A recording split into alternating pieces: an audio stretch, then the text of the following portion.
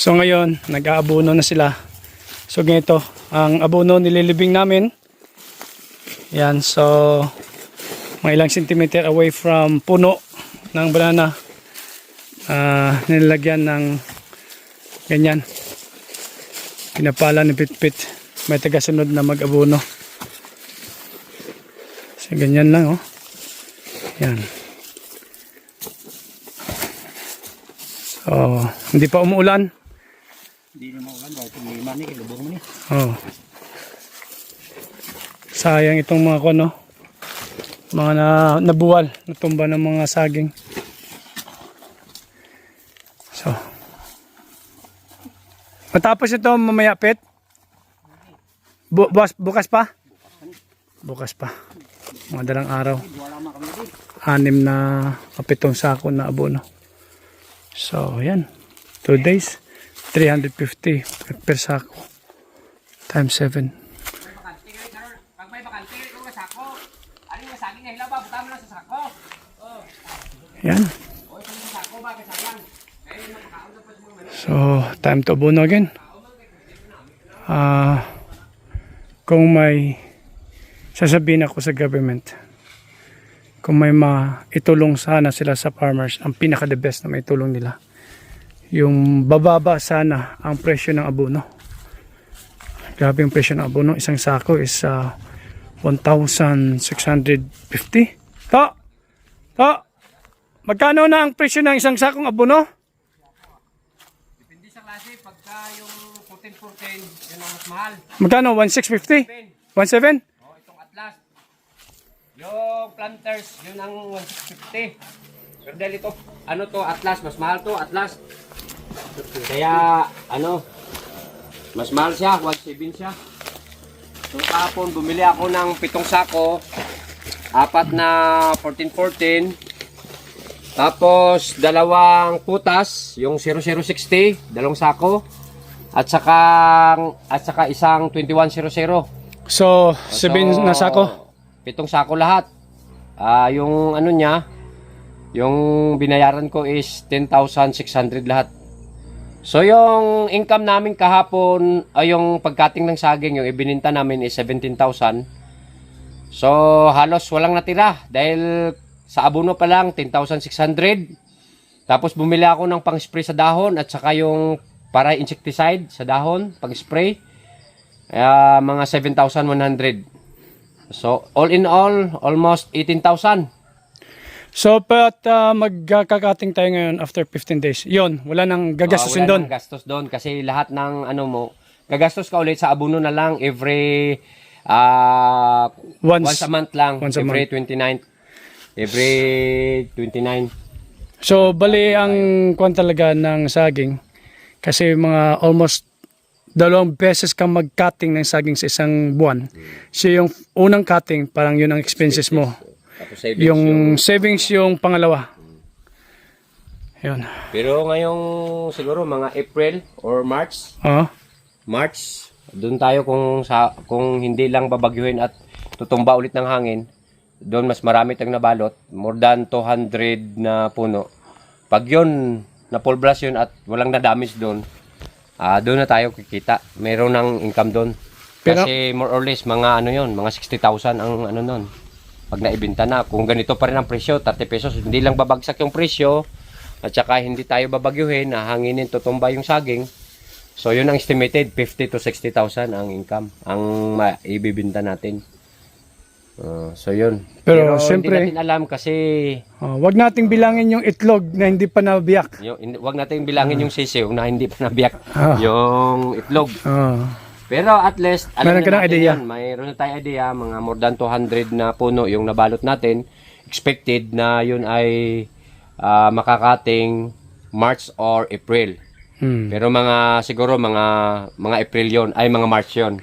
Okay, so bigyan ko lang ng diin kasi may nagtanong kung pag-cutting ba daw ng saging, magtatanim uli. Sabi ko hindi po kasi ito, alam ba, cutting na to, harvest na to. May followers po yan, ito naman ang followers niya. So tuloy-tuloy yan. Pagdating yan, pagtubo niyan, may tutubo din dyan, isa na naman o 2. Ganyan, 2 yan. Pag-cutting, Mayroong followers. Tutubo, pero ang tawag dyan, kinukontrol. Oh. Kasi hindi rin maganda. Pag marami, kakain ng maraming abono, hindi maganda yung bunga niya. Magiging ano yun. Oh. Tawag sa amin sa Bisaya pa, kuyapis. Kuyapis. Payat. Payat. Okay. Ito, malaki, di ba? Pag nagkabunga na to, pag harvest, ito yung kanyang follower. O, maliit pa, oh. Maliit pang follower. Sana tataba ka. Biyayaan ka nawa ng Diyos.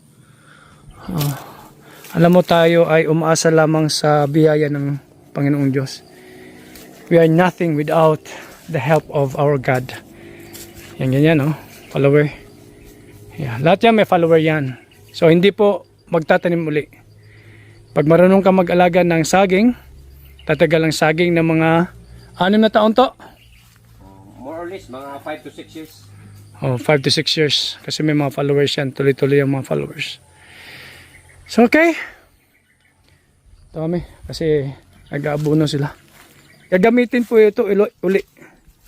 Ito, gagamitin. Yan. So, yung hindi na talaga magamit, simple pinapapulot. At itatapon namin sa dapat kung saan dapat itapon. Hindi po pwedeng sirain mo sarili mong lupa. Hindi po pwede yan. Kung hindi ko kukunin yan, siyempre parang kung na rin sinira yung sarili kong lupa. Hindi maganda sa lupa ito. Busy pa ngayon, hindi pa pwede. Oh, so after nyan, gagawin ko naman utusan si Pitpit na ligpitin lahat. Ang ma-recycle, yung magamit, gamitin yung hindi, ilagay sa isang balot. At yan, itapon kung saan dapat itapon. So another bayad na naman sa kanya yan. So ganyan siya rito. Okay? So may idea na kayo kung paano ako nagmamanage ng expenditure. Ako taga-gastos lang ako. Pero yung mga diskarte, si kuya ko. Okay, may nagtanong din. Yung aking bayaw dati, kung sana yon at hindi nyo na nakikita, nag-resign. At mayroon na siyang sariling negosyo. May sarili na siyang sagingan. So, hindi nyo na siya makikita rito. Busy na rin siya sa kanyang buhay. May sarili siyang sagingan doon malayo dito. Kaya nag-resign, kaya nag-take over yung aking kapatid. Dati ayaw sana ng kapatid ko kasi busy din siya sa kanyang negosyo. Pero sabi ko, mas maganda para, alam mo, yung maganda yung mapagkatiwalaan. Yung kapatid ko, kanyan, preacher, pastor, sa aming church, dito, local church. Kami po ay Kristiyano. Siya po yung aming preacher. Yan. Pero noon pa man, lahat ng mga advices, siya yung nag-advise sa akin kung anong dapat gawin. Siya din yung nag-advise sa akin na bumili ng lupa nung nasa abroad ako. Yan. Okay? So, ganyan lang tayo rito. Ikot ulit sa farm. Wala namang gaano ang gagawin doon sa baryo. Doon sa baba. Kaya pag walang ginagawa, ikot-ikot ako rito. Nakakagaan ng loob na makita mong yung investment mo ay kumikita na kahit paano. Okay? Itong baka na to, kay kuya ko to. Pinapaalaga niya kay Pitpit. Ilan to sila? Baka mo? Dito dalawa sa ibang kapito lahat. So mayroon siyang mga 7 baka. Pag mga ito ibenta, mga magkano ito? Ganito kalaki? May simit kasi payat pa yung nanay. Pero approximately abot ng 50 mil? Yung ganyan kapayat, hindi abot yan. 40. Bibili na yan ng mga 30 siguro, 30. Pero itong kwan, maliit. Yung baby. Kahit maliit yan, pag aalagaan, medyo mataas ng presyo niyan. Yan siguro mabibili na yan ng mga 20. Okay. So hintayin pa na lumaki. Pangalaga lang, pangalaga. Okay. Si tatay, meron din baka dito, di ba? Dalawa yun o. Dalawa. Saan? Yun. Ayun, oh. Yan, si Pitpit din nag-aalaga yan. Lahat dito kay Pitpit. Si Pitpit hindi nyo ata makikita kasi parang nasa likod siya ng punong kahoy. Puno ng saging. Yan. Anyway.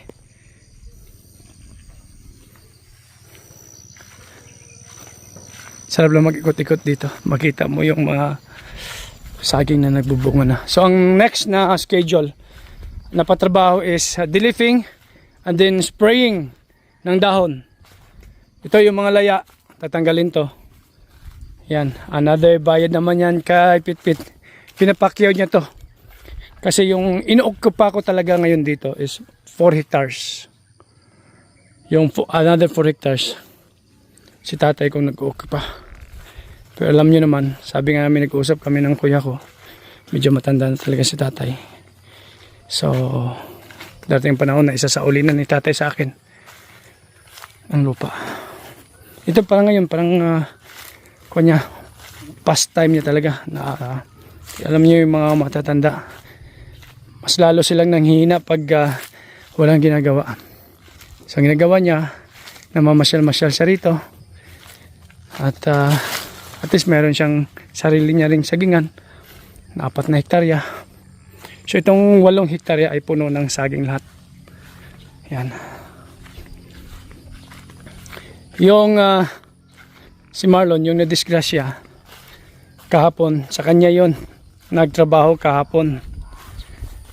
Pakita ko sa inyo yung pinagtrabahoan nila na ito, minumuwer to nila kahapon. Hindi nga natapos eh. Katatay na to, ito. Sa akin, mula rito. Mula rito hanggang pataas. So, 4 na hektarya to. Mula rito hanggang pababa, 4 na hektarya din. So, pero kay tatay ko na to. Yan. So, yan. Ito.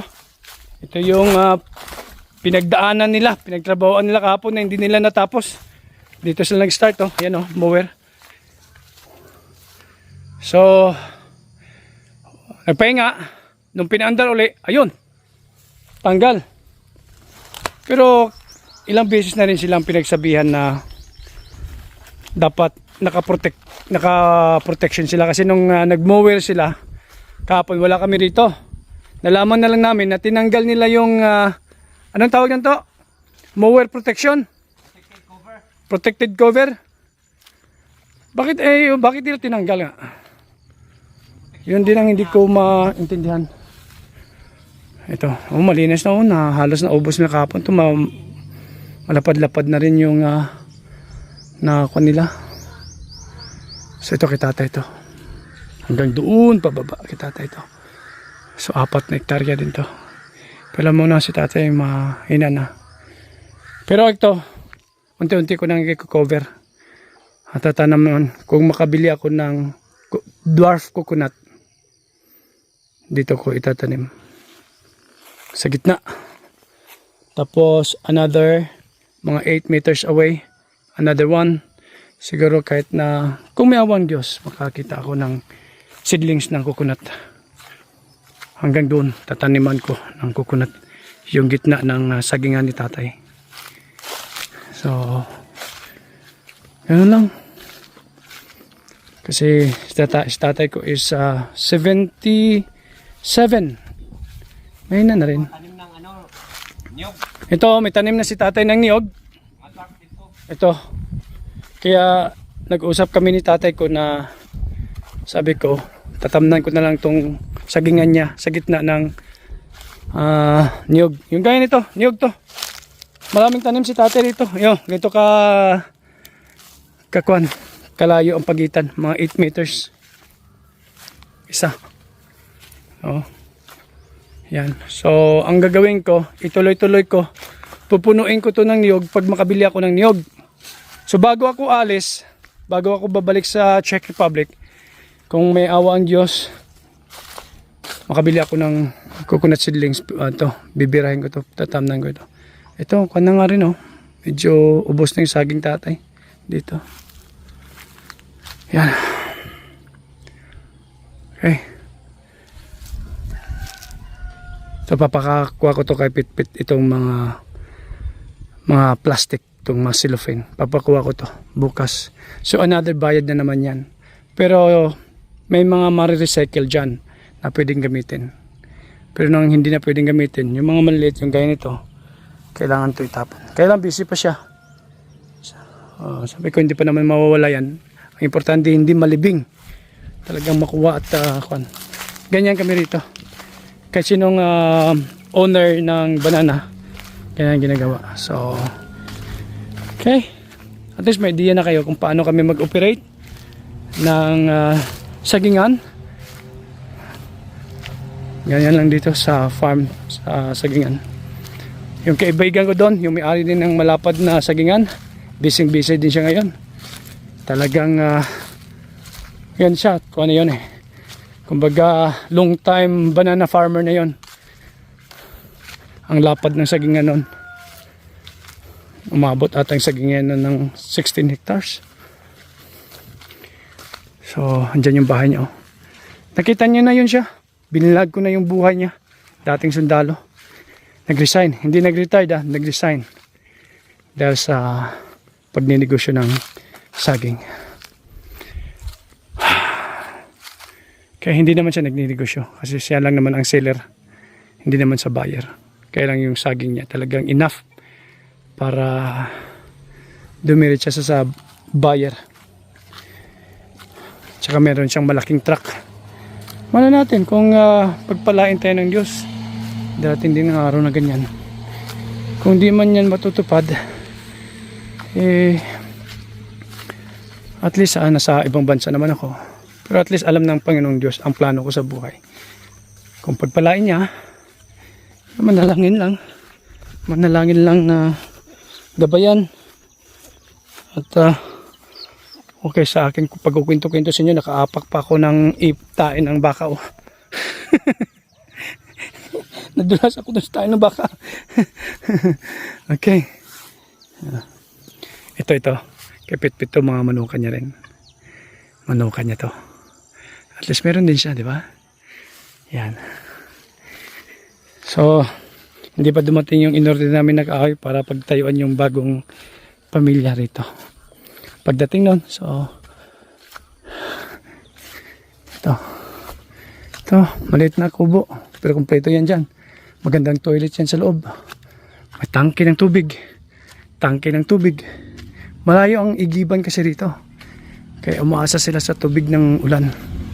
Pero meron kaming pump doon sa sapa. Nagpa-pump kami ng tubig. Doon kami kumukuha ng tubig pang spray ng banana. Hindi kami kumukuha ng tubig pang spray ng banana sa ulan. Okay.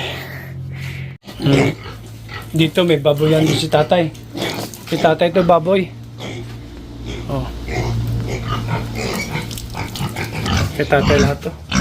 Ito malinis naman, di ba? Kasi may tubig dito siya kumukuha ng tubig. Oh. Tubig ulan to eh.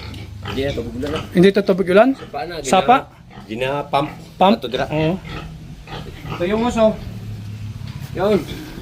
Papuntang sapa yan, galing sapa yan. Tapos ilalagay yung... Ito yung hose na to? Doon yung yung water pump sa may sapa, doon sa may baba. Malayo, siguro mga 400 meters yan. Sobra. O mga kalating... mga 500, sobra ganyan 500, mga 600 siguro.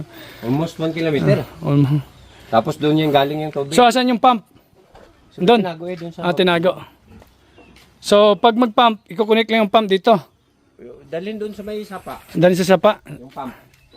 Tapos ikukunik doon sa may ilog. So kahit ito? Akit yung rito, akit yung tubig. Kahit ito? Ito. Yan. Ulan to, ulan. May pundo talaga yan, may tubig. Oh. Kita nyo ba? Merong hito yan sa ilalim.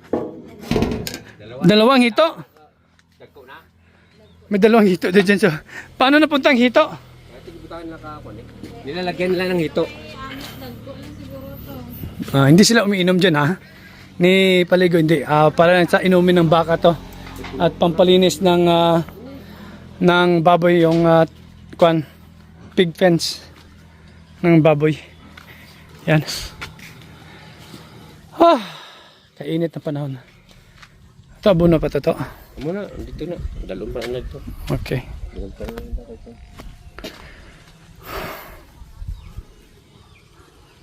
Ayos. Sobrang init ng Pilipinas, no? Pwede to, at least dito mahangin. Pag magkasilong ka sa punong kahoy ganito, okay na.